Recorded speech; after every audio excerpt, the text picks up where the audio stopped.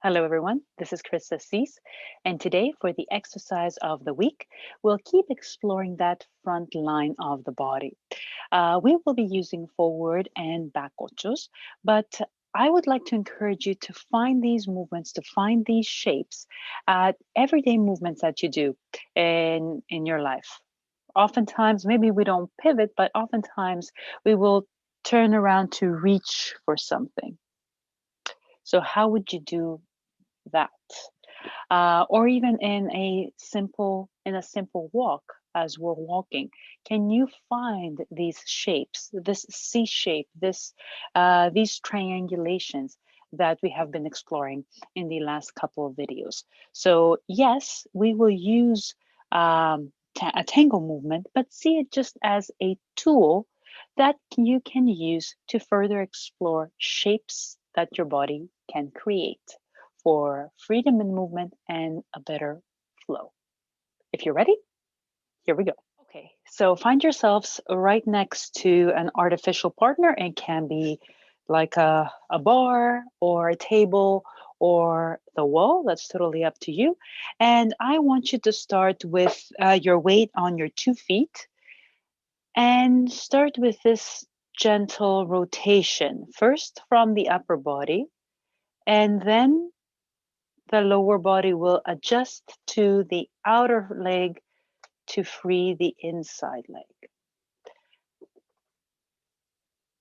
I want us to avoid going for cues that will either keep our shoulders square or that will make the source of the movement the back, like this. Instead, I want you to, for today, this is my suggestion, I want you to think about this connection, this front line from the sternum to the pubic symphysis, meaning the center of the bridge that we have at the front of the pelvis. And think about this line as it is turning but still keeping its integrity. So, not collapsing, but also not trying to pull away or do something that creates tension. So let's try to find it. Try a couple of times. And the back muscles, they feel as if they are supporting the movement, that they're not the creators of the movement. So one more time. And let the hands drop wherever it feels comfortable. Let the hips shift over to the outside leg. And again, you want to be careful not to overdo it. I know there are certain styles that ask you to really accentuate this pull. We're not going to do that for today. What I'm suggesting is that you do is that you just match. You're going to feel that you're reaching a limit here if you only move with the upper body. And if you move the hips and allow for the knees and the feet to adjust, you can go a little bit deeper. So that is all. And then from here, we take a step. And this is the magic moment. Usually what we do is that we try to keep this shape the same. But I want you to shift forward and back, expanding this shape. Come back, expand this shape. Come back, expand. And really feel the obliques guiding you into this shape, guiding you into this shape. And I'm not collapsing on the other side. I'm staying active. I'm yielding into this movement, yielding into this movement. So the obliques on this side are also working. Good. So we have a torsion in the upper body going towards a partner and a torsion in the lower body going slightly away. Good. One more. And pivot. Full turn. And we're just going to start over.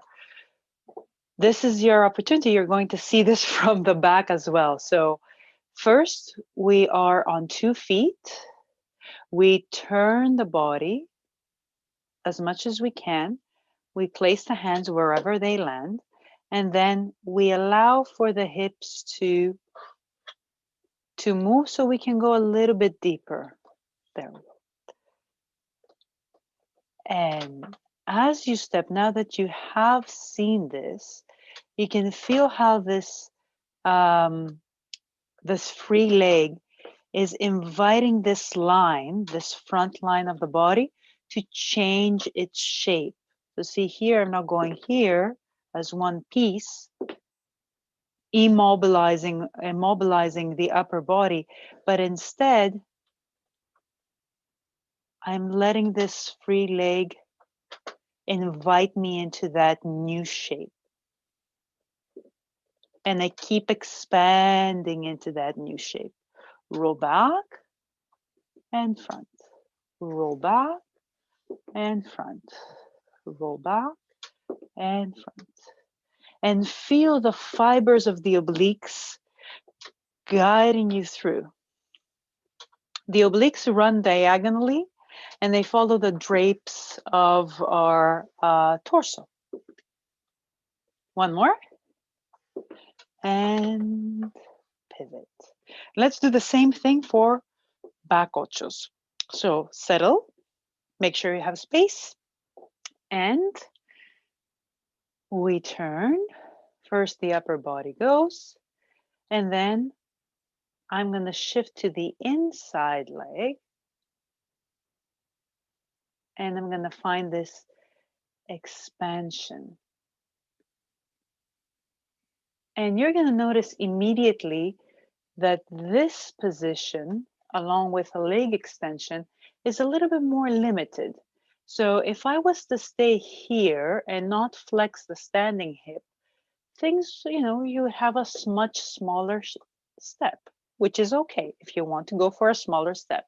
If you want to go for a bigger step, you notice the limits, and then you flex the standing hip and the standing knee, and come in.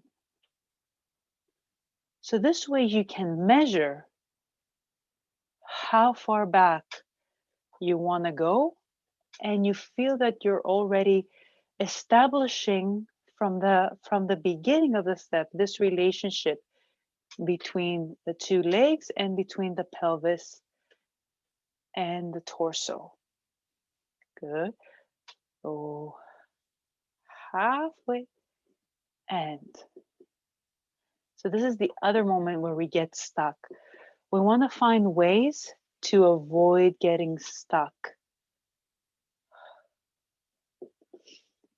So take a moment here, finding the release. Again, this is already twisted. You finish your shift of weight, and it's time to undo the twist. Undo the twist. One more. Let's do it over on the other side. Here we go. First we turn, let go of the hands. We turn, we shift the weight.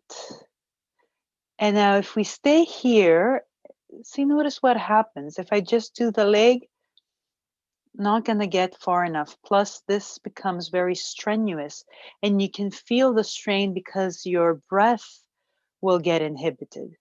Instead, if I let this pelvic half go with this leg, and I let the front line of my body get expressed, you will notice that it is easier to breathe.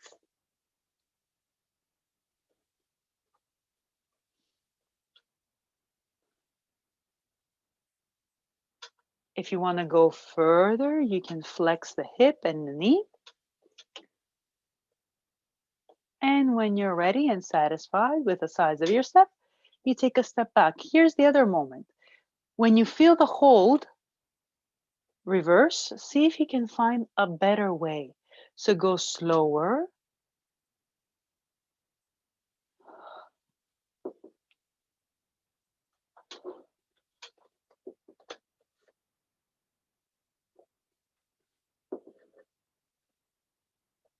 Always exploring the relationship between one pelvic half and the other through the front, through that bridge, and then the center of that bridge relating to to your diaphragm, to the center of your torso.